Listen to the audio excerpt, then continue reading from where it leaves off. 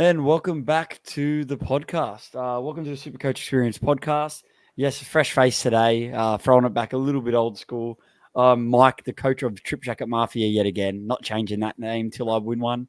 Or even if I win one, I'm going to keep it. But joined by Jake. Not sure what his team name is, so I won't announce because I know he likes to switch it up from time to time. How are you, Jake? No, I don't like to switch it up.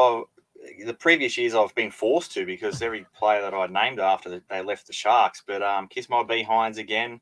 I'm in the same boat as you, Mikey. I don't intend to change it unless, well, actually, even if I do win it, I won't be changing it. It's kind of become my thing until Nico Hines retires, I guess.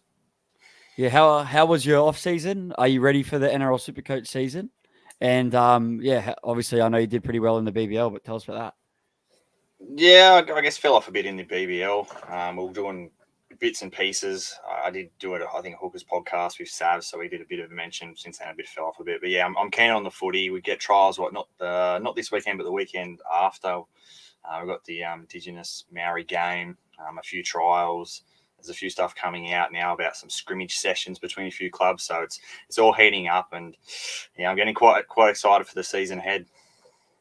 Yeah, very keen. I'm hoping, obviously, the Panthers can do a four-peat. I think it's Give possible. someone else a go, Mikey. Come on. Nah, let's just get as much in the record and then switch off it. But so basically, let's move on to this podcast. So obviously, Tim and Savs do their Tuesday recorded one in the city, which obviously, if me and Jake can make it, we'll try. Obviously, with both our jobs, it's near impossible for us to make it, and we found ourselves missing out quite a lot. So we know you guys love the content. So what we wanted to do this year is introduce a second SuperCoach Experience podcast, and we will basically be your Sunday to Monday wrap-up team. We'll do a pod on one of those days. We'll jump on live on here, and we will kind of wrap up the week as Savs and Tim will do your basically go through what they normally do, the team lists and all that other stuff. And obviously when we can join in, but basically I plan to have two pods as long as we can. For the preseason, this is a pre-recorded session. So this is not, although you were seeing it as if it was live, it isn't live. So if you do ask us questions, stuff like that, sorry for us not responding because it's pre-recorded. Just with this system, this is how our setup is. But yeah, as I said, when we get into the season, these will be live. But yeah, for the pre-recorded, obviously Savs will be dropping these on, I think, Thursday, if I'm right, after their one. So obviously some of the content we're going to go over, Savs and Tim have covered, but this is basically just mine and Jake's analysis on it. A lot of the time we have different thoughts. Mine and Jake's thoughts seem to be similar. So kind of just a different perspective and it's a bit more content. So we're going to basically, today we're going to go in the opposite order to the other boys. We're going to do fullback. We're going to do center wing.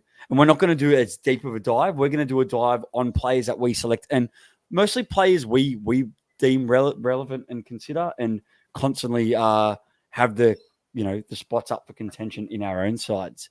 So, Jake. So we're going to talk about the fullbacks here. Who are you, like we all know who the top options are, but I think this year the fullback spot is a lot more open than what it normally is. It's not as clear cut as pick Teddy, pick Turbo. I think this is the most open we've seen it for the range of guns that you have to choose from. Yeah, absolutely. I think there's 6 to 8 guys that you can select and be happy with what they can produce. I guess a lot of it's going to come down to matchup. I guess they're sort of runner games as well. And I guess what you're feeling in terms of, are they going to drop money?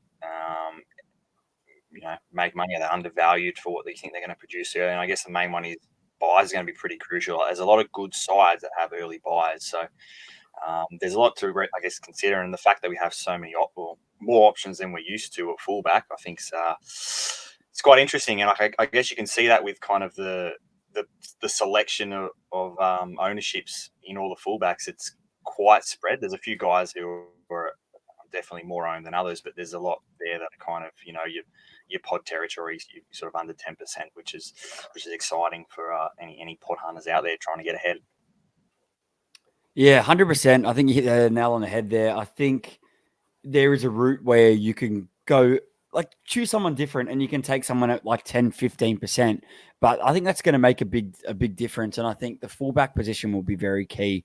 It's going to be a position where through the year where I think you're going to jump between guns based on draws, just because it's such a stacked lineup. And I think owning the right fullback for when they go on their run is going to be key. And I'm going to start it off with, let's talk about the two goal-kicking or confirmed goal-kicking fullbacks. So there could be potentially three. All these guys, these ones we're doing talking about, I've definitely looked at and am considering. I've got two front runners, but the goal-kicking fullback. So we believe Ponga is going to kick, and obviously the other one will be Latrell. Pappenhausen is a goal kicker, but we are unsure. Obviously, this is before trials have even started, so we're not too sure if he's fit to kick or if Meany's going to take it from the start. I've got a funny feeling that Pappenhausen's going to be on maybe a bit of ice to start and maybe won't kick. I think they saw him come back from that game last year and saw what happened. So I guess we're talking about Pappenhausen right now, Jake. He's probably the cheapest out of all these guys we're talking about. I think, he comes in at about $645K and 22.6% owned. So if you take out the cheapies, he's the second highest, top shelf fullback, second highest owned at the moment, currently, pre-trials. Yeah.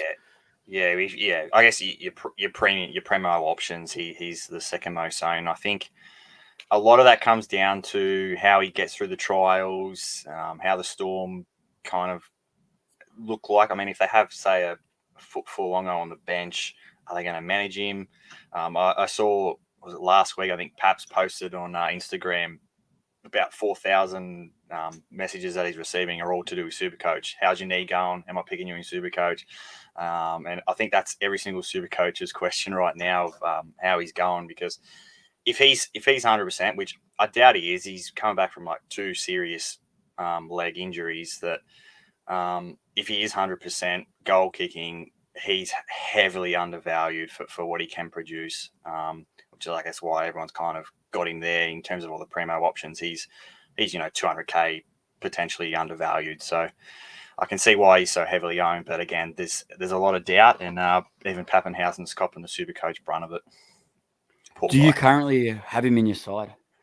I do at the moment. I think he's probably one that I'm happy with, but I think I've got cash to pretty much flex anywhere. An extra 100K you can get, say, or 140K, you get like a Latrell, or you can get a who else is up there?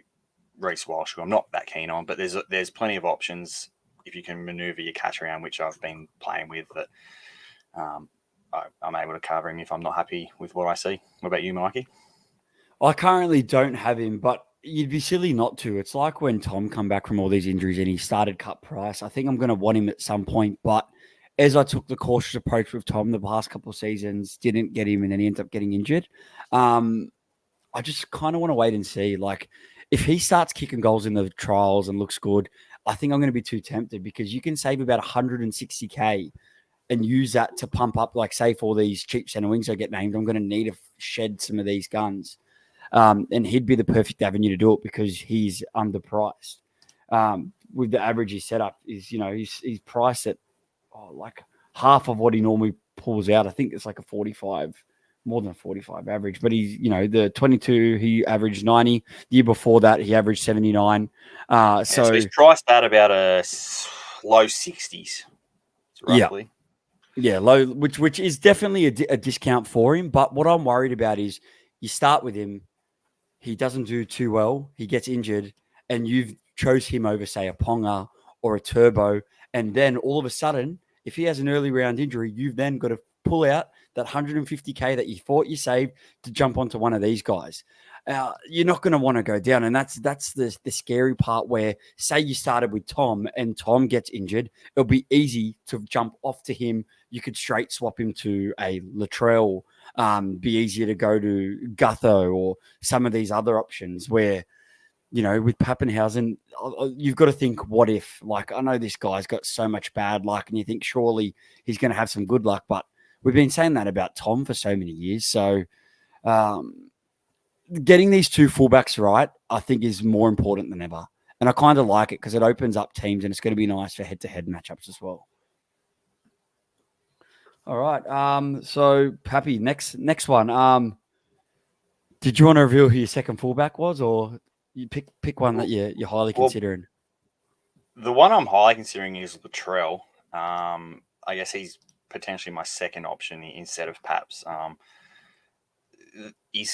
don't know. You just know that he's got the big scores in him, goal kicking. They do have a tough-ish run, but I don't think that matters for Latrell. He's going to be involved in their attack regardless. And I guess assuming he's all right from his injuries, he had a couple of niggly injuries again last year, but I think he'll be all right. And I think he'll want to kind of replace South again for sticking by him. He's getting his mate back, Jackie Whiten. So I don't know. I just have a feeling that Latrell's just going to go to new lengths. We saw it in bits last year and the year before, but I just have a feeling that South's going to be good, and I think he's going to absolutely carve up. So he's one I'm really considering. 9.8% for Latrell, which is pretty good. They obviously go to Vegas. They get that week break in between. You did mention their run: Manly, Broncos, Roosters, Bulldogs, Warriors, and Sharks are the first 6. Then they go on to a bye. And obviously they're at home for only, I think, 2 or 3. No, 1, 2, 3. For 3. They're away for the first 3 weeks. Obviously they're in America. Then they go to Brisbane. So there's a lot of traveling on the early horizon. I really do like Latrell, but he's sometimes he can be a little bit inconsistent. I guess the thing is runs don't really, or draws don't really matter as much for Latrell with some of the scores that he's been able to pump out. And I'm really big into this year targeting plays that I think, like you kind of mentioned before, the bounce back. So I really think the 2 teams that I really think will bounce back this year, I think the Bunnies, the Eels, and also the Cowboys are 3 teams that I think there'll be players within their SuperCoach sides that I really think you can find some value in, because they are going to have an outbreak season this year, because they had a bit of a lackluster one the season before. And Latrell could be one of those guys. I'm definitely considering him, but look, at the moment, for me, I'd probably rank him number 4 on my list of who I'd take. The goal kicking is what might put him ahead a little bit, but at the same time, I think there's just some other fitter fullbacks that I think are just going to go bang. The next one I'm going to cover is a fan favorite of mine. He's becoming kind of like what Turbo become for Savs. Do you reckon you could have a guess at who that might be, Jake? Is that fullback. A clue? Yeah, drink water.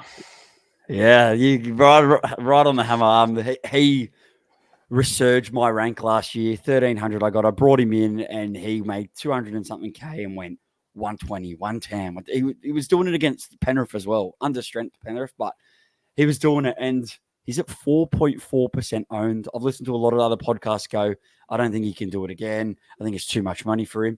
Yeah. Is it a risk? Yes. Did he come out last season, get suspended? Yes. But what I saw from him last season, he demands a ball. He controls so much of that Cowboys attack, and he's still young. I think he can go to another level this year. And I like the Cowboys draw. It's not too bad to start. They're in Queensland for quite a bit.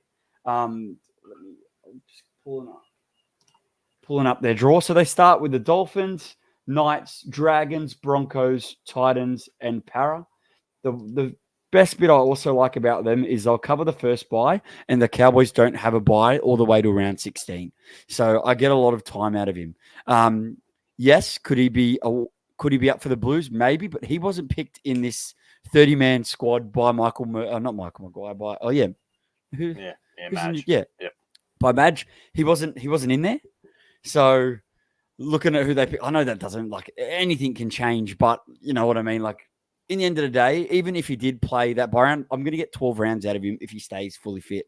So he's one that I'm considering. He's not my locked-in spot, but I really want to. If it fails, I can bridge to anyone before his price drops. But I think I'll stick pretty happy with him. He's got a really big high score. He went on a massive run last year, and it's important to note that out of the first 5 rounds, he leaves Queensland only once.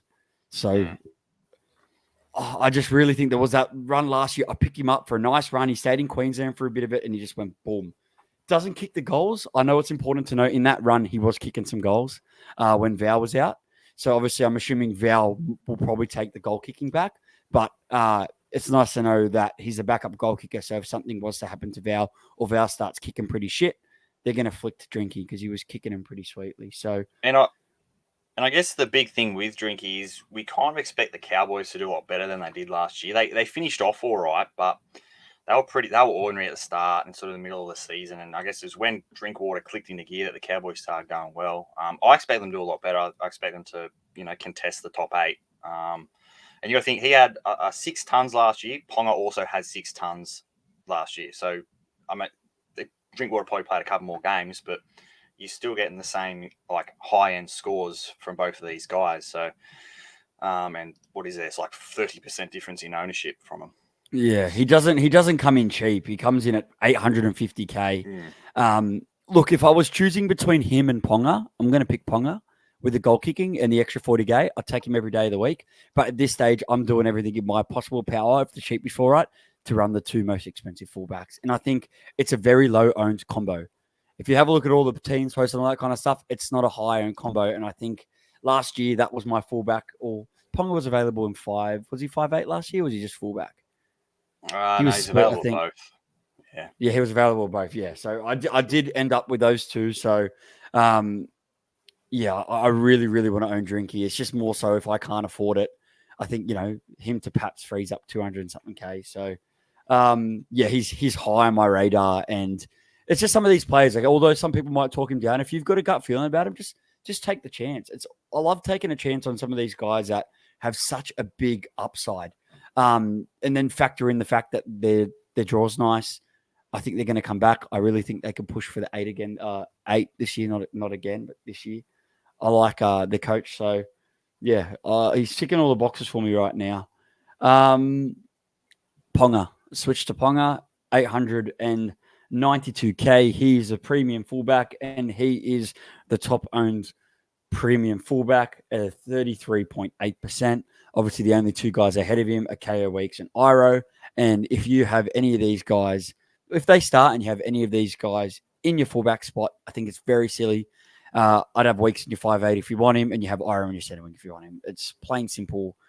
All these names are rattling off. There's no way that you could fit a cheapie in and not have some of these guys. Ponga Jake, I'm assuming you have him.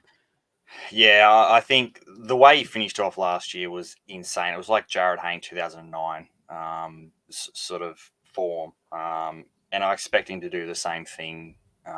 It looks like he's sorted out the concussion issues, so hopefully he can keep going. He's already come out and said he wants to take on Reece Walsh for his to get back his Origin jersey. So he's going to come out and go all guns blazing. I think they've versus Canberra round 1, who I don't expect to go too well this year.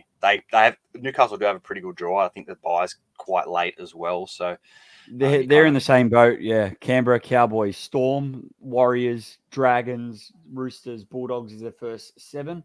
So it's not too bad. And yeah, as Jake said, their first bye's in round 12. They play the round 13 bye, which isn't relevant for Ponga unless he doesn't make selection. Surely they find selection for him. Yeah, you'd think he'd be 1 or 14. I think the fact that he started quite slow, well, the Knights did. So he's kind of down. He had a couple of concussion games as well, so he's even undervalued on what his actual average was, because he had a 1 in there. He had a 10 or something that he might have got knocked out from or something like that. So he's definitely undervalued in terms of what his actual average is. And I think the Knights are going to continue on what they were doing at the end of last year. They've kept pretty much the exact same side, apart from Fitzgibbon. But I think he's easily replaceable.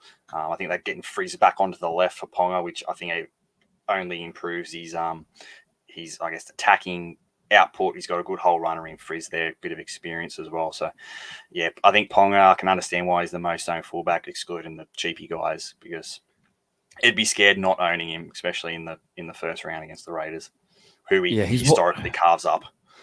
Yeah, he's one of few players that haven't left my side during team picker, and I don't see any world where I get rid of him for someone else. He's your premium fullback. He costs the most out of any, but I'd be too scared not to own him against the Raiders for round 1. Obviously, not just television 1 round, but he'd be way too scary not to own against the Canberra Raiders at home. He's going to be a huge captaincy option. They play early in the round, so he's going to be a VC or a C. He'll he'll be very high in that round. But sometimes you just got to go with the crowd here. And to be honest, I'm so shocked that I expected him to be a lot higher than that. I guess there's just a lot of other options and a lot of other guys with good draws. So it this is what I like. Normally we'd see him at 50%. Like if he stays under 35%, then I think that's pretty huge. Big thing is how the Knights going to perform. Are they going to take off where they left off last year? That's the big question for me. I really like their lineup. I think they bought some good guys. They did lose Dominic Young. Ponga did score a lot of his try assists, setting up some of these, him and Marzi Hugh. But if Suaalii goes there, we've seen him set him up plenty of times, or it could be good old Milky from the Panthers, who's now there, Tom Jenkins, who I think could be a red hot crack to start on the wing there. And you saw him at the Panthers was a finisher. And I guess that's a key thing. You just want to, I think the wingers can be, you need to look into that a little bit, because in the end of the day, you know what Ponga's like, dart through, cut out pass. You want a good winger on the side of him that's going to catch the ball and plan it down, because that's just where he scored so many points last year, was his try assists and his tackle bust and just, those support runners. So I think they're crucial. But, yeah, I think it's a no-brainer. And, yeah, there's no way he's leaving my side unless he gets injured. Touch wood. Jake, I'm going to have a stab at who your second fullback is. If you said that you were considering Latrell, I'm assuming there's another contender there with you. No, I did say I had Pappenhausen and Ponga, which is you had Pappenhausen and Ponga. Ones. Yep, okay, yeah. But I am keen on picking someone against the grain. There's a lot of guys at 10% or less ownership. No, I'm not going to Tedesco again. I think I'm done with him for now. Is it a 2%er that's got a nice draw to start with? No, I'm not. Good old Clint Gutherson. It's not Clint Gutherson. No, I badmouth the King all the time, but he's the most consistent player in SuperCoach, I would say. He never gets spoken about. And the thing is, right, they've got this beautiful run of 5 rounds. He comes in at 802,000, which is one of his more expensive starting prices. He has Bulldogs, Penrith, Manly, Tigers, Raiders. And to note there, Panthers, you'd say, is a tough run. He has an amazing SuperCoach, past against Panthers. He always chefs us up. Chefs us up. I've never heard that before, mate. Yeah, chefed up. He's absolutely cooked us. So, you get it? But, so to be honest, I think that's a really nice run for him. It's hard to do it over, to me, it's like Gutho, Drinky. 4% with Drinky, 2% with Gutho. But the thing with Gutho is he leads a lot of that team, but he's got guys like Brown and Moses. He's got a really strong spine. So with him, apart from the hooker. So it's a tough one with Gutho because I really like it. I really like his draw. He's low owned and he just seems to be always forgotten. Para, as usual, cover a lot of the bye rounds. They're covering 2 out of 3. The Eels don't have a bye till round 16, if I'm right. That's huge. And he covers the first 2. Oh, no, that would be round 9. 1. Have a bye. Okay, there you go. Sorry, round 9. Round 9, but then they cover the first and third bye round. So to be honest, man, if you wanted to start with Gutho, I feel like if I was a Parramatta fan, I would. Just because he's from my team, he's a good SuperCoach player. Honestly, I wouldn't talk you out of it. He's going to stay a pod owned, no matter what. And I guess definitely want to pick a guy like him or Drinky. The best thing about him is you're going to get the full amount of games out of him. The bloke never gets injured. He's never rested or anything. He's going to play. He's a backup goal kicker every single game. Backup goal kicker. I just had a look then. He also scored 6 tons, so he's scored the same amount of tons. Comparing him to Drinky are very. I think they're very similar. The Drinky and the Gutho are both similar discussions. Both in teams that didn't perform well last year, want a comeback season. Gutho is the captain. Obviously Drinky isn't, but they're both in very similar positions. So you can if you're going to make an argument and say they're both very similar, well, Gutho's 50k cheaper. So to be honest, I don't think it'd be a huge surprise if I switch Drinky to Gutho, but I've just got this, Parramatta's Penrith's enemy. I love Drinky so much at the moment. I'm favouring him over Guth. A lot of it when I'm thinking about my team build up, a lot of it comes down with I don't want Dylan Brown and Gutherson. I don't want 2 attacking players from the same team. I want to kind of distribute my, risk or my team balanced to different sort of teams, rather than having, throwing all my eggs in the Parramatta Eels. So I guess if I don't go, say, a Dylan Brown, Gutherson becomes an option, or Mitch Moses becomes an option. I don't want to kind of all throw multiple ones of a team that, battling 8, but fair enough. But I don't want to, when they play Penrith round 2. The more I think about it, the more I want Gutho. But the more I think Mikey's going about to change his fullbacks about 4,000 times before the season starts. Yeah, I really, it's a big headache because I know who I want to start with, but that's why I think we're going to spend a lot of time spilling about it, because I think the fullbacks it's always been a critical position, but even this year I think it's more critical because choosing the right combo is going to be crucial.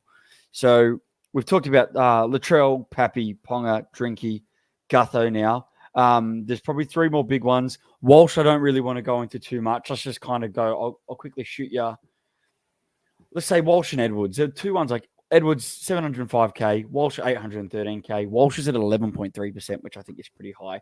Edwards is at 3.1. Not really looking at Edwards, but I'm not really looking at Walsh either because the Broncos' run is tough. I think they're going to regress this season. Their lineup looks a lot weaker than it did last season. I know Broncos fan, I'm going to cop a lot of hate here, but they were well coached, or well ordered last year. I'm not saying they're going to drop off and be out of the 8, but I'm not expecting them to be as strong as they were last season. And I think Walsh is going to be competitive no matter what. It's like Drinky in a poor performing side. He was still pulling points. I think Walsh will as well, but that draw is, they start with, is it the Roosters that they start with? Yeah.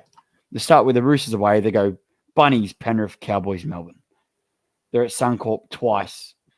And apart from that, they got a lot of travelling in there. Penrith is at Penrith. So it's a tough run. If I compare him to these other guys, like if I got Walsh and Gutho side by side, I'm picking Gutho with that draw all day, and I'll take an extra 8% the zone. Do you disagree with any of that? Yeah, I agree. I'm not really keen on Reece Walsh. I think he had a kind of a career year. I expect him to be good. He'll keep getting better. He's young. You mentioned that he, regardless of the opponent or the matchup, he's still going to carve up. I think he's a bit more fixture proof than say other ones. Less fixture proof, sorry, than other fullbacks. Kind of goes a bit missing in the tougher games. So yeah, I'd rather someone else than say Reece Walsh. Even though he's at 11% ownership, I think I'd rather say even a Gutherson or someone else. I'm just not too keen on Reece Walsh this year. That's fair. All right, we're gonna, as I said, I'm not really going to ponder on people like Jada Campbell and that, because I think he's more relevant in 5'8". So when we discuss 5'8" next pod, we'll probably do our halves and second row, and then we're going to do front row and hookers. So I'm not really going to go too over that. There's one guy we have, or there's 2 more we'll quickly go over. I know you said he burned you last year, but I think he's got to be up for discussion. It's Tommy T. Because if Tommy T can produce a season where he's not injured... And I was talking about Teddy, not Tommy Turbo. I said Teddy burned me. Sorry. We're talking about both those guys. Now, Tommy... Yeah. He burned a lot of people last year. That's maybe why I got confused with the injury. I was managed to avoid that. But he starts pretty high price due to that average that he did in the games where he was fit. So Tom Trbojevic, 833,000, 10% owned. I'll be very surprised to see if Savs doesn't have him at that ownership. And this is the big debacle, because if I decide to go off Drinky, I think I'm going to pick Tom over Gutho. To be honest, I think I don't wish injury upon any of the fullbacks. I think if some of the main ones get injured, then it kind of help make your mind up. But I guess the more that are fit, the more options that all these teams are going to have, and it's going to be widespread. Tom, the dog's got. Sorry, guys, we had a bit of the dog. There's always interference at my house.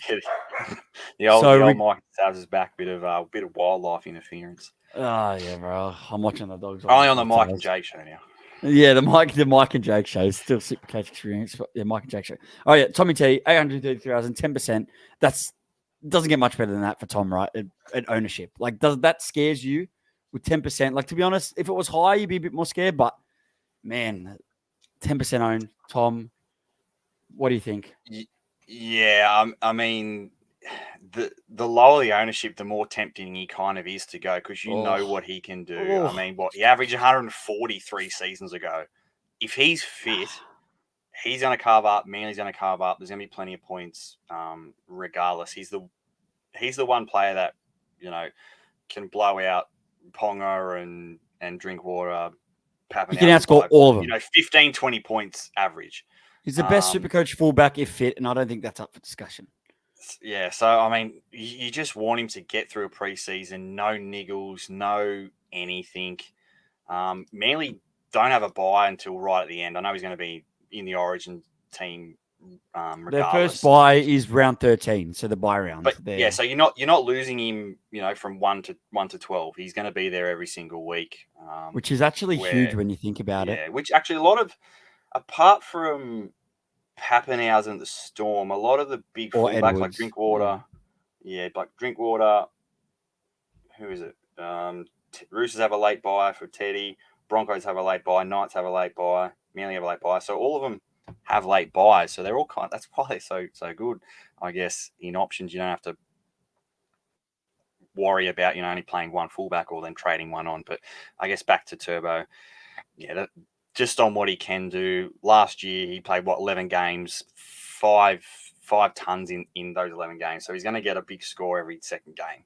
And that's when he was kind of in and out of the side, bit unfit, few niggling injuries. So we can only pray that he's ready to go. And don't exclude him from any of our options at fullback. I know Savs will probably pick him regardless, but he's too scary.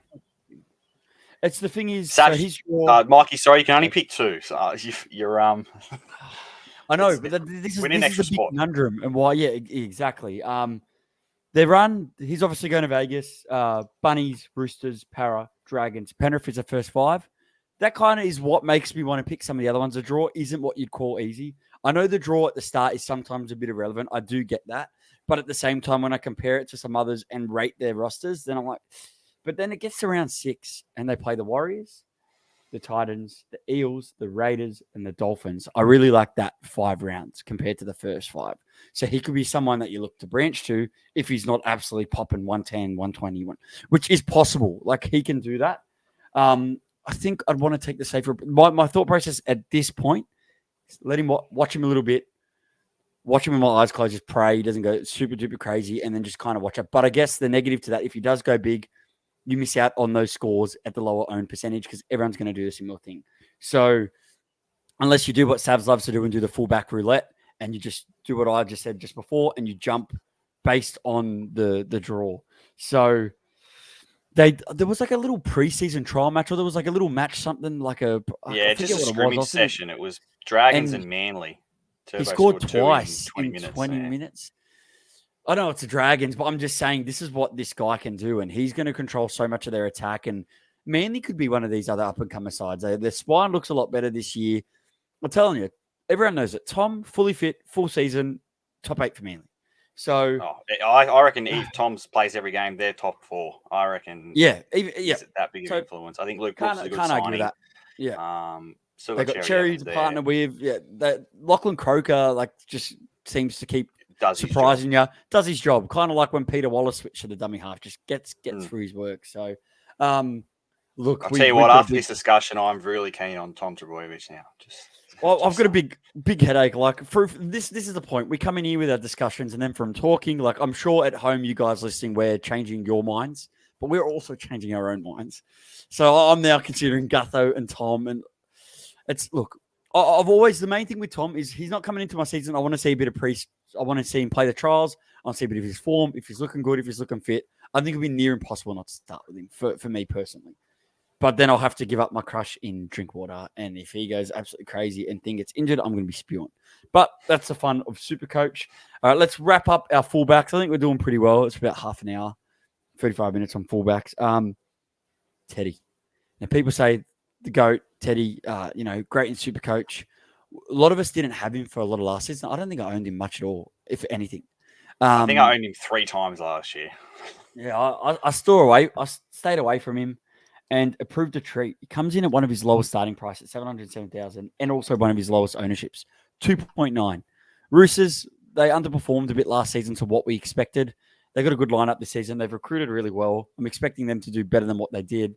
And if they do, 707,000, 2.9%. I think it'd be crazy to start with him, but there's definitely going to be a world where you're going to have to consider him at some point. Before I hand over to you, Jake, Broncos, Manly, Bunnies, Penrith, Dogs is their starting five. Bit of a toughish start. Their starting four, I would say, are quite difficult. I don't expect the Dogs to be too good. The Roosters historically start slow-ish. I mean, saw last year they were kind of ordinary until then they flew home late in the season, and I guess that's when we saw Teddy play traditional Teddy role, and he was quite good. Manly's not an easy one. I think Manly at 4 Points Park with a fit Turbo, I wouldn't count an easy draw. I think that's a very tough game, and Manly love to start hot. Yeah, they do. I think first 4 games, take out the Dogs. First 4 games, I think they're quite tough. I don't know. He just every season he seems to be regressing. I expect him to kind of plateau out to about that 70 average that we saw from last year. I say the Roosters got a bit better, so maybe we can pump that up a little bit. I don't know if he has the ceiling as some of the other fullbacks. I mean, historically he used to be a guy that banged out 150 easy, but I don't know. I don't know whether it's the burning or something, but I'm just kind of off him. And it shows that a lot of other super coaches are. I mean, 3% owned. Last year was the the most lowest expensive. ownership. I think the year before he was the most expensive fullback, and he was one of the most owned going into round 1. Everyone captained him. He flunked in the first couple of rounds. So I don't know. It just seems to be a no-go. Times change and you got to adapt. I think it could be an option at some point, but look at us scrambling and wanting to fit all these fullbacks in. There's no way that you could consider him over some others. So I'm going to quickly finish it off with the fullbacks that we talked about. I'm going to rate my top 6 that I've currently got heading in at this stage. Obviously, it's going to change. I got Ponga at number 1, Tom at number 2, Drinky at number 3, Guffo at number 4, Pappenhausen at number 5, and Latrell at number 6. Controversial, yes, but that's just my opinion. That's my current rank of fullbacks. And it's important to note that the 1 and 2 aren't currently, or technically, if I go 1 and 2, they should be my side. That is not the case. But that's how I'm ranking them at this stage. But I want to see some trial form. I want to see more before I kind of keep tearing apart my side. Jake, would you rate it differently? I kind of missed the start of your ranking there, but I'll go through my. We'll go first 5. I think Ponga's a top dog. I think, Turbo wasn't number 2, but he is now. After our talk. I've gone in there. I think Pappenhausen at price, assuming fit's going to be number 3. Latrell 4. And I do like Drinkwater. Kind of at the price, but I think Drinkwater in terms of what he can get pod-wise, big scores, involved in everything in the Cowboys, I expect him better, so I'm going to put him at 5. Yeah, I think that's a fair call. I think at the same time too, I was going to say he's priced at his maximum, but that's not true. We saw Drinky and Ponga go to 1 mil last season, so we'll go very close to going. Drinkwater early on, I'm pretty sure he got like a minus or like a 1 score because he got KO'd one of the wingers, I think. Corey Oates might have been, and he got he missed 3 or 4 games. So that's the thing with him. Like I just think he's got more to give. But enough about fullbacks. Let's move over to the center wing. So there are a lot of center wings to discuss. We're not going to really hound in the cheapies because I expect Savs and that to do that. It's too early to talk about that. I think when we get to our team list pods, me and Jake will deep dive into those with you guys. So we're not going to go over too many center wing options, but we're just going to go over the way it's set up. I plan on building my team with as many low price, low mid-range guys that I can and have one mid-range to premium option. If I'm obviously going to fit guys like Ponga, Turbo in my side and then obviously stack my halves, I can't afford much more than a 500k center wing. So I've been really digging, and I think the one that I've picked at the moment is going to intrigue you. But before we get to that, I don't want to talk about him first. What's your strategy with the center wing at this stage? You think it's similar? Do you think one cut price guy? Yeah, I mean, we'd like as many cheapies as possible, and I think whatever cheapies show up, everyone's kind of going to fit them in because center wing's a place you can kind of easily downgrade to a cheaper option and get all right output in terms of what your premium options or mid options get. But I mean, I've got a few guys who I think are value at their mid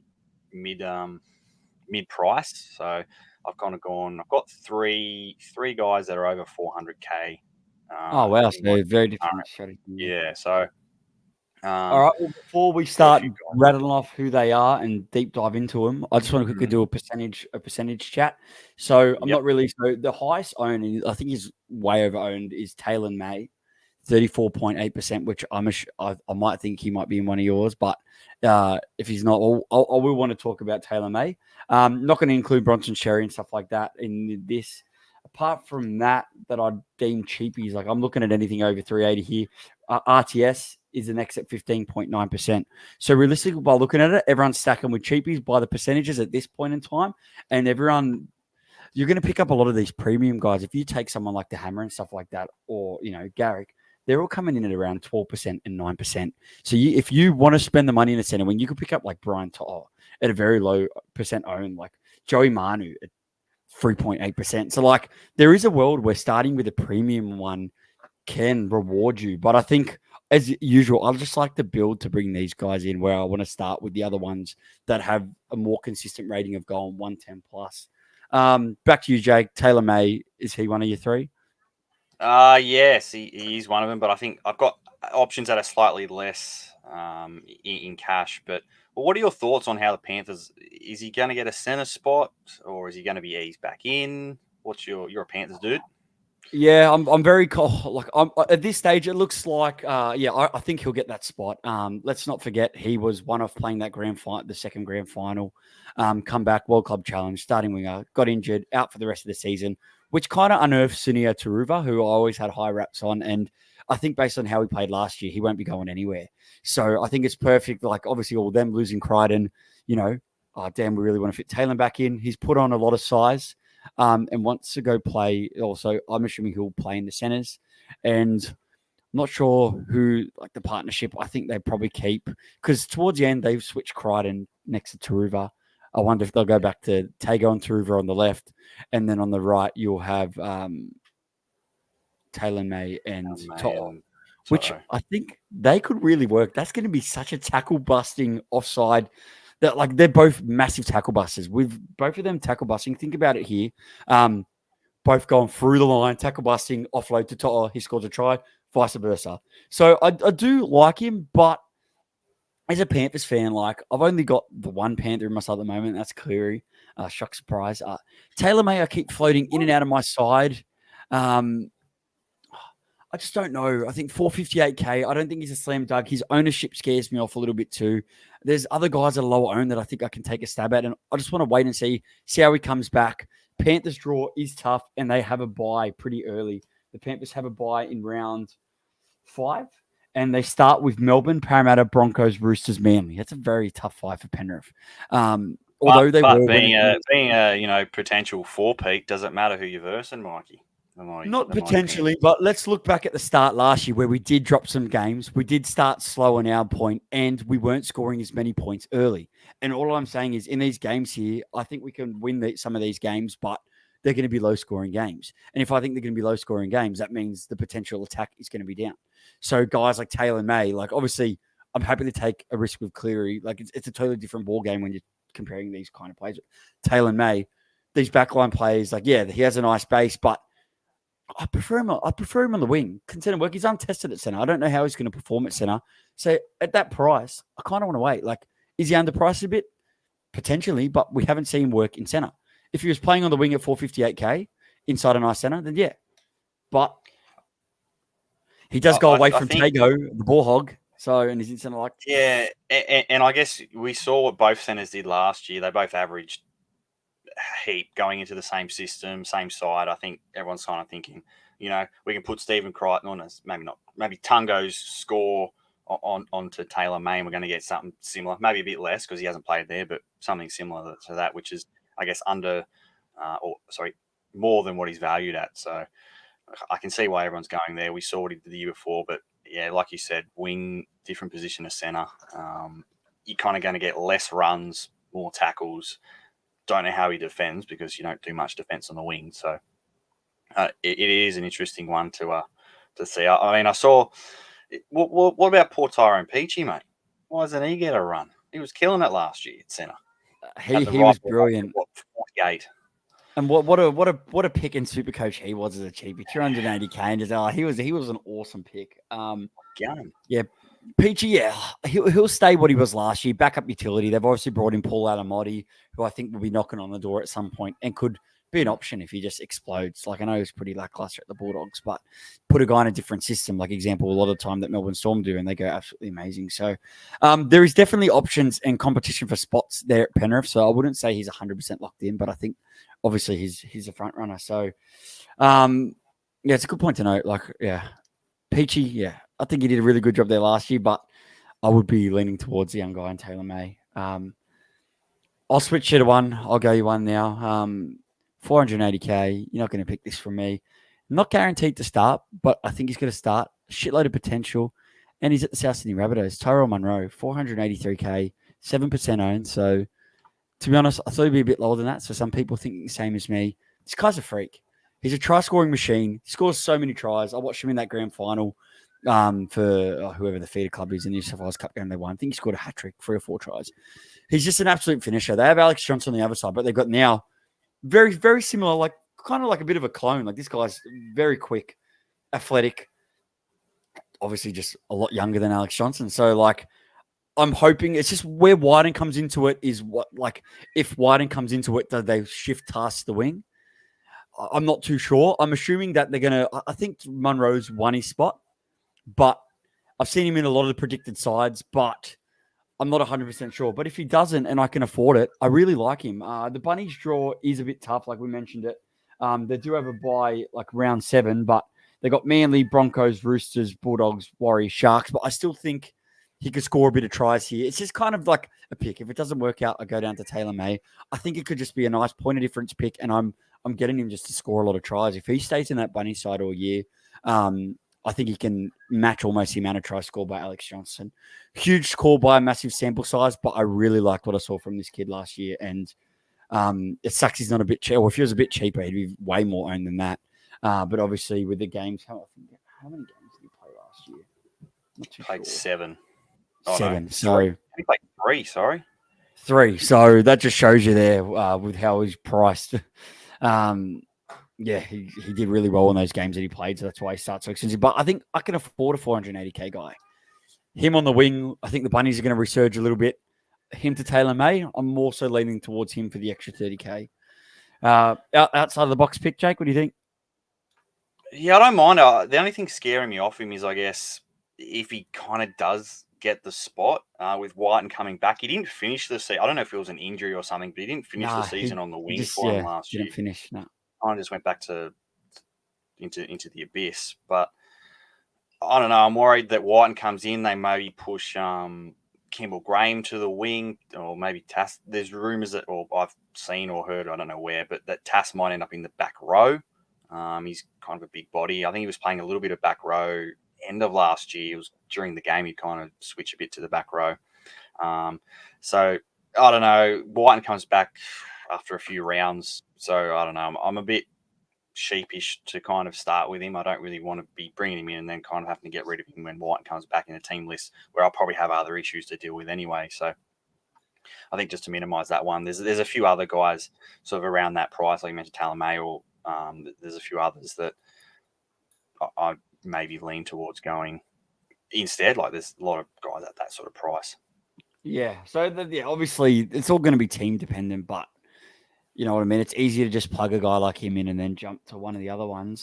Before I hit you another one around that price. Can I hit you with one? Yeah, go. You're up. Go well, as you know, I'm a massive Sharks fan, and the cheapest way into their outside backs is Sione Katoa. I had him a lot last year. He was kind of disappointing last year, averaged 50, but the 3 seasons before that, he averaged 60. So I think he was down on tries last year. He usually goes toe and toe with Ronaldo. So I think he's undervalued. The Sharks, as we always do, get a good draw. We do have an early bye, but the whole year, mind you. Oh no, yeah, even early on, we have quite a draw. in terms of teams, being outside the 8 last year. They can grow, whatever. They can be improving. But I think Suaalii Katoa, way cheaper than, say, Ronaldo. 2% Ramian. owned. Yeah, 2%. yeah. I mean, he was good in patches for me last year. He'd go out and score a hat-trick once and then do nothing for 3 weeks, which was slightly annoying. But I think we can expect him to be a bit more consistent. I think they get more tries. Trindle there now. We know no Moylan to bother him. Trindle plays left, which is, I guess, the main attacking side for the Sharks, because you've got Talakai or Hero, as people are predicting, hoping. in Ronaldo. But yeah, they've still got Ramian. Kennedy sweeps around to the right and gets Katoa. So I expect him to go back to hopefully averaging 60, which makes him undervalued. So he's my left field pick. What do you reckon, Mikey? I like him. And I could definitely see. 490K, so he's a little bit. I think he's 20K more than Munro, but he's kind of in that 450 to 500 bracket. Yeah, he's 10K more. To be honest, if I had the 10K, he's someone that I could definitely jump to. Yeah, man, I like it. Like, he's always an option at some point. It's just he's got some low end scores, and I think starting with someone like that, if I'm not 100% confident on it, and I'm starting, you got to start a lot of cheapies at the start in your center wing, like example Bostock and all those kind of guys. I don't want to have a team a week where none of these wingers score a try and I end up with 4 center wings with 20. That is detrimental. So that's kind of, but the draw's good. Warriors, Bulldogs, Tigers, Raiders. I think a lot of those first 3 teams have a lot to prove. So I wouldn't really call them heaps easy. It's more so I'm unsure. But I still think in those games of defense are going to be pretty crap, and Hines will terrorize them. And if Hines is going to flex and jump both sides and stays with Katoa, then yeah, I like it, man. I do like it. I'm going to hit you with another one around that price, who I did consider. The early buy scared me. Goes to a new side. The Dolphins, Jake Averillo, 480K. He's actually in 8% of sides. This guy just has a tendency to go on some SuperCoach runs. He's dual. The Dolphins, as I just mentioned before, have a round 3 bye, but they start with the Cowboys at home, Dragons, Titans, Tigers is their first 5, obviously, because they have a bye. It's not a bad start. The Dolphins started on fire last year. I think they're going to start on fire again. Tendency here is I've got Bostock. I do have another Dolphin, which we will get to when we get to that position. That is what's scaring me from starting with 3 Dolphins. But 488K, I think he'll fit this Dolphin side really well. It's come out in training that at the moment the training Herbie switched sides and is with Azarko. So Averillo at this point would be with young Bostock. He's just a guy that can make something out of nothing. So it's kind of a pick that I don't have too much to go off and go by. And we saw him go on little runs here and there with the Bulldogs, but new team under Wayne Bennett, I think he really could suit the style of play, and they've got a nice back line. What do you think, Averillo? If he was playing fullback, I'd be real keen on him, but it's kind of come out that Hammer's going to be fullback and he's going to play center. Last year, his big scores or, better average scores all came when he was at fullback. He played a lot of games at center, which I guess kind of pumps his price down. So I don't know. I'm not too keen on him at center. Although he's kind of at that price bracket that we've kind of been talking about maybe find that player that can go on a run early, get you ahead of the pack. So price isn't that bad. There's a bit of value if you think he's going to kill it. I guess the early buy is kind of just the nail in the coffin. Yeah, compared to these other blokes. I'd rather go something else. Yeah, I think out of the 3 that we just mentioned, I'd pick him. Now, on the flip side, before I hand back to you, the Dolphins, I did just mention that Farnsworth going over to the other side. He starts a bit, obviously, he's more expensive, but comes over from the Broncos, Dally M Center of the Year last year. I'm trying to find his ownership. I think he's like 630K. Ownership of 5.5%. Look, people think, Isako and Farnsworth, that's such a dream partnership, but they actually might hinder each other because last year, both the guys that they had inside them actually didn't score too many tries in both their teams.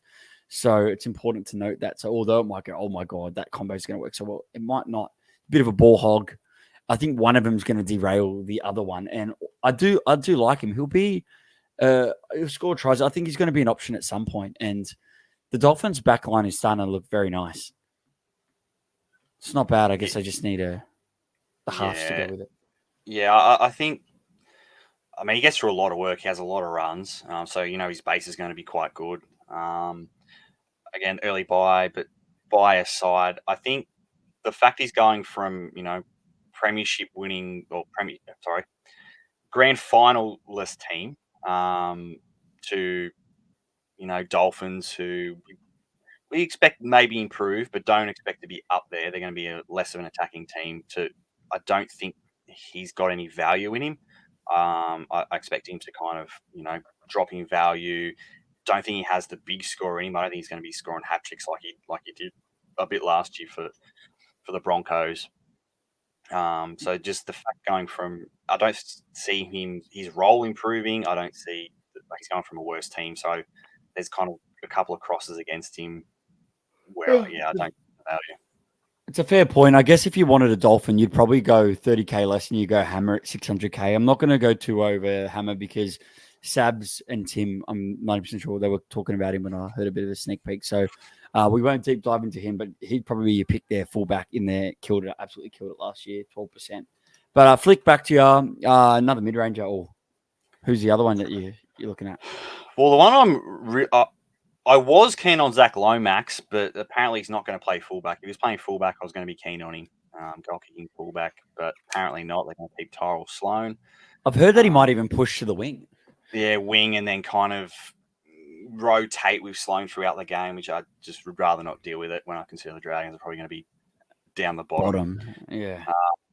But one guy, again, draw is awkward for him, tough draw, and has an early buy is Joseph Suaalii. Assuming he plays right wing, we saw last year he started in the centres. His scoring was a bit poo. As soon as he went to right wing, he was banging out tons. He averaged like 80 or something in the last 6 or so games playing wing. He was scoring tons every second game. I expect the Roosters to be better. The only thing I guess might not be there. He might be flicked back to left centre because Dom Young's coming in the team. There's a few whispers that he might be on centre. So again, that's kind of going to be how they line up on that one. But I am keen on him. He'll goal kick. He was goal kicking over Sam Walker at the end of last year, so I expect that to continue. But again, they got a lot of outside backs there, and they've only got 4 spots to fill them. So it's just going to be how they line up. 605K. It's not a bad price. I think they're like, honestly, if you could afford a 600K, there's a lot of good guys at 600K that present some value. And another guy I'm not going to deep dive into, but Jacob Carraz. I know Barnesy and that had a good discussion about him. Both him and Billy love him, and I heard Savs and Tim talking about it and really love him too. I think a Suaalii or Carraz pick could both be. It's not a bad shout. It's just so many. It's like similar price. Bradman Besh you can throw in there if you think Newcastle are going to go all guns blazing again. I'm not going to bring in Bradman Besh. He's burnt me 2 years in a row, so shan't be going there. Will Penasini at 573. Honestly, there is a lot of interesting. There's a lot of picks here in centre wing, but for me, go a bit cheaper, go under the 500K, and then look to get some of these guys in when I get a better look. But obviously, if a lot of these cheapies don't fall, then you're going to have to maybe go down in some other positions and probably pick a 600K centre wing and then a 400K to balance your side out. It's definitely an option. A guy I need to cover because he's at about 15% owned, comes back to the NRL. So excited as an NRL fan for him to come back. RTS was in my first draft. Quickly exited my side because obviously he's not fullback this year. I think it's a fair starting price. Having him been out so long, I definitely could have seen him easily being 600 plus. 539, just centre wing. He's going to play in the centres. Although he's going to play in the centres, if injuries occur, he could flick to the fullback and then all of a sudden you're like, whoa, shit, I need him. But the Warriors were good last year. I really rate Webster as a coach. I don't know if I'm going to do it from round 1, but I don't think it's as big of a slam dunk as people think. But I don't think he's a bad option. I think I do want to wait and see, want to see him in centre, see what he's averaging. But what do you think about RTS? Yeah, he's a big watch. Couple of years out of the game. Same, I guess you can put Bronson Cherry in that bracket. I know Cherry wasn't really playing any sort of form of football in that, but a couple of years out of the game, I guess that's what comes with the discounting price. But you still expect him too heavily involved. I mean, RTS, he's going to have 15, 20 runs even from centre a game because he's so good out of his end. He's just not going to get that fullback attacking stats that we got when he was playing fullback. But I guess if Chance had a couple of issues with concussions, a couple of issues with injuries. So if he goes down, well and truly RTS is going straight back to the back. And in that case, centre wing playing fullback at 540k, you'd definitely be a part of it. But yeah, to begin with, I think he's a watch. We haven't seen him play centre, so it's just going to be a watch, I think. Yeah, I'm in the same boat. I guess there's a lot of options here, obviously, as we've said plenty of times. Their draw, Dolphins, or is it Dolphins first? No, it's not. I'm clicking on the wrong guy. Their draw is the Sharks. Sorry, you should have known that, Jake. Sharks, Melbourne, Canberra, Knights, Bunny. So it's a little bit of a roller coaster there. I say it'd be more down than up. Yeah. I also don't expect the Warriors to be as good as they were last year. Yeah, I wouldn't put them at top 4 if I've got my top 8 predicted here. Like, I'm not picking them for my top 4, but I do think they'll be contending for the 8. Yeah, I think they'll be contending top 8. I don't expect Sean Johnson to be as good as he was last year. I think the fact that Fanua Blake's already signed with the Sharks for the year after doesn't need to fight for a new contract, sort of thing. So I think I don't expect him to be scoring 10 tries a game this season. So I expect him to be. Don't expect them to be as good as they were last year. I think them to regress a little bit for what they were. Because were they top 4 last year? Yeah, they were. Yeah, they got in. Yeah, one Crazy. short of the grand final. Which no one would have picked except the Warriors fan would have picked it. Yeah. There's now I haven't really deep dived into centre wing, and that's what's good about doing these podcasts because I'm looking at so many options, and there's some guys who are like, wow, if I can find some money, I could definitely see myself starting with him. He's a really off the cuff pick, low owned, Murray Tuilagi, 528k with the centre wings. I kind of look at the draws a bit more. We've already discussed the good draw. If you think they're going to be on a comeback season, I think he could be just a handy guy to have and pull a bit of points. If I'm picking between him and Kantoa, I think I'd prefer Murray Tuilagi. Played Origin last year. I think he's still young. He's only getting better. I know there's a bit of contention at who gets that other wing spot at the Cowboys. If they drop Felt, as that guy they got from the Raiders was very good for them last year, Semi Valemi. So they've got a bit of contention for spots, but I think Murray Tuilagi is one guy that's got his position locked down. And to be honest, I could see myself, wedging off a Monroe and picking someone like Tuilagi if I can afford it, purely on draw. I can see. What do you reckon, Jake? Not too bad of an option. Yeah, not too bad. Tim Moody loves Murray Tuilagi. He somehow always finds a way in Tim Moody's team at some point in the season. Yeah. Again, I play kind of at that 500 bracket. If there's a team that's going to be so attacking, like we expect the Cowboys probably to be this season outside of our homes, I think you can definitely score a lot of tries. Well, he will score a lot of tries. Good finisher. I think if you're going sort of that a little bit more than say your 450 guys, and you want to spend a bit more, I think Tuilagi definitely a guy to consider. And I guess another one sort of around that price. I don't even know if he gets the start, but potentially playing left wing for Manly could be Jackson Paulo. All the predicted sides that I've seen, whoever plays left wing for Manly could be in for 25 plus tries a season. In that case, outside Tom Trbojevic, he pretty much guaranteed tries and points. So I'm keen on whoever gets that left wing spot for Manly. Bro, that is a very good point because he goes a live track. Because after just talking to myself, I was like, all right, Murray Tuilagi, but I didn't even think about Jackson Paulo because you're right. If Manly go off hot, there's a winger's going to benefit here. And all the predicted teams that I saw is like a lot of people think Tommy Talau. No, it looks like Garrick's going to get pushed into center, which opens up a wing spot. And all these predicted sides see Jackson Paulo on the wing. I see that happening, I think.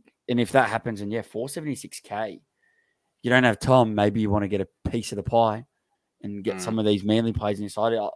I like it. To be honest with you, I could really see myself chucking him in my side instead of Monroe. I think I prefer him to Monroe, 6k cheaper. I think that's a really good shout. Help Mikey out. Murray Tuilagi as well, but I think I'll definitely there's a lot to consider. Another one, those guys around that price. There's a couple. There's so many, and I think these are the guys I'll be targeting for. Dylan Lucas, if he starts second row, you can plug him in your center wing. If he gets 80 minutes second row, this guy just looks like, he's on the verge of having an outbreak season. So here's another one. We'll just do some quick ones. Stafford Toa, 500K. They don't start the season, so it'd be hard to start, but someone to keep on your radar. Like, he had a run last year. He had like that massive 140 score. I think the Tigers are going to improve, man. I know they come off these spoons, but I really think they're going to be an improved side this year. I know there's a lot of guys, teams were expecting to improve, but their roster's starting to look a lot better. And I really I have one Tiger in my side at the moment, which we'll cover next time when we talk about that pod. But I think there's going to be some guys in there that are going to surprise us and are going to be SuperCoach relevant. Jake, disagree with the Tigers there? No, yeah, I mean, surely they don't go 3 spoons in a row. I expect them to be a bit better. Yeah. They got Caesar come in. They got Bud Sullivan. They might even have a new half, some rookie running around. But I don't know. The back end of last year, they improved a bit, and I expect them to improve. I don't expect them to be that bad again. So I think there's some guys, but again, the fact that they don't play a round one, you don't really want to lock in a Tiger unless they're, say, a cheapie that looks like they're going to get a spot anyway. Lock in a non-cheaper Tiger player. You'd rather just bank them, maybe see how they go round one, maybe go to them round 3 if they're going, and one player that you're not happy with, trade them down. Or that's going to lose money. So I think Tigers are a wait, which is annoying because Tigers have quite a few options or even cheaper options that you might be considering going, but the fact that they don't play around one, you're like, don't really want to be forking over money or uncertainty, not knowing what the team list is going to look like round one. I think the only ones you can plug in are the ones that are that are going to start if they don't get injured and are at a decent-ish price. Aiden Caesar is really the only Tiger I'm considering starting with, just based on price and pedigree, and that'll be for the next talk that we do, Jake. But I want to kind of wrap it up because we've been going for about an hour now. Yep. Some of the guns, if you're going to spend up, that's what I was going to kind of ask you. I was going to ask you, of the guns. I know you don't have a gun in there. What ones would you target first? I guess top over 4? The ones that are 700K. I guess top. Greg Marzahue, Brian Tuo at number 2, Azarko at number 3. Zarko, really? Maybe I'm going to put him in. No, not Azarko. Wait, Marzahue, Brian Tuo. Number 3, I'd say Val Holmes based on draw and kicking goals. Campbell Graham seems just to get through a lot of work. He'd be my number 4. And then the number 5 pick, I don't think I like Garrick Senna. Top shelf. Yeah, I think my number 5 pick I'd probably, Zarko's too expensive. I can't do it. See, realistically, I'd prefer to just chuck him in, but if I had to pick one, I'd be going maybe Ronaldo Militalo at 627. But then again, I'd prefer to chuck in a Carrazzo or Suaalii at 5. Yeah. I think they deserve to be there over them. Those top 4, I couldn't talk you out of, and a lot of them are very low owned. What about yourself? If I could afford Marzahue, I would. He's going to go just as good. I'm surprised. I'm surprised there's zero love for Dane Gagai. He was outstanding last year. He's only got 50 in base. I remember I brought him in. He was probably my only good play from or good trading for the run home, and absolutely blitzed it. Gets 40 more pay. I get Marzahue. But he does that palm when he just runs sideways. The Fafita tackle bust, I call it. Just runs sideways, palm people offloads. I've never seen a guy like Marzahue score tries so easy. Like, he makes looking tries so easy. This guy's the fact he's like a cement truck outside Ponga. Cement truck. Yeah. A lot of them, you just have to catch the ball and put the ball down off Ponga. Yeah. But I'll also be keen on Val Holmes. I was surprised he kind of averaged what he did last year. I didn't think he was that good, but I guess he got some big scores towards the end when the Cowboys started really sloppy, and I know everyone started with it. But the thing is, a strategy is, if you can't afford some of these guys, think about the draws and think, who else could I benefit from it? Like, example, Murray Tuolangi from the Cowboys. Like, try and get someone that you think, all right, who at least can I help? Who will help me numb the pain if I can't afford it? But yeah, anything else to add before we wrap it up, Jake? No, I think it's been a good chat. I've highlighted some players, or you've helped me highlight players that I wasn't considering, or just talking has made me some changes. favour some players over others, and hopefully we've done the same to listeners. I know sure, for sure we have. That's what the worst part about the podcast. Mate, anytime you chat with anyone about SuperCoach, about players you're considering, and they mention players, straight away it's clicking your brain, and all of a sudden they're an option. So it's always good, just even not to listen to us, just to chat with anyone, chat with us, whatever, just to keep that brain ticking about potential options, because you can look at what you're looking at and you can see, all these players are highly owned, but what about someone a bit more poddish, and why someone would prefer them over someone else. So it's always good. I enjoy a bit. Yeah, for sure, man. I hope you guys like the new combo, the new like the second show for the SuperCoach experience of this year. Next week I'm going to be doing the B team. Next week we're going to be doing we're going to do hookers and halves when we do our next one. Throughout the year, expect to see some guests on. I know Savs wants to come dip in here and there, but also I like to bring back some of the guests and people from our team, and also from some other pods if I can. It's easy to do with the at-home setup. Apart from that, sorry about the questions. Next week, I might put up a questions poll. We'll take a bit of questions regarding the positions would be better.